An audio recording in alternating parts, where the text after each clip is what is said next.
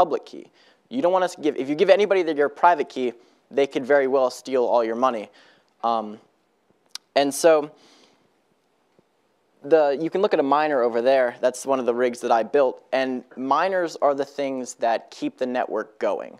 There is no central company, Bitcoin. It's not like, you know, a central authority like PayPal. Everything is distributed. Everything is peer-to-peer. It's something that gives more power to the people.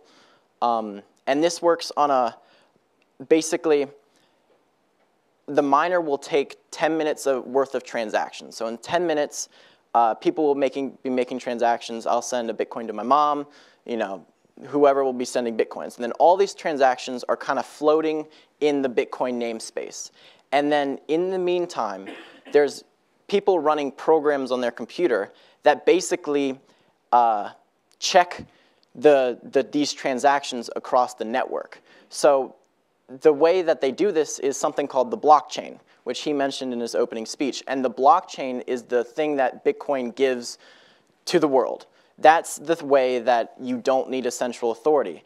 And the blockchain is basically a very large ledger. It tracks all the transactions since day 0 of Bitcoin's creation.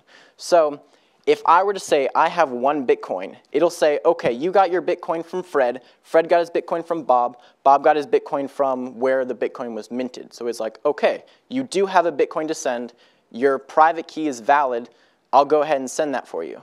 And so the way that the miners do that is it's a race to find out which one is going to solve the puzzle. And so imagine a very large Sudoku puzzle.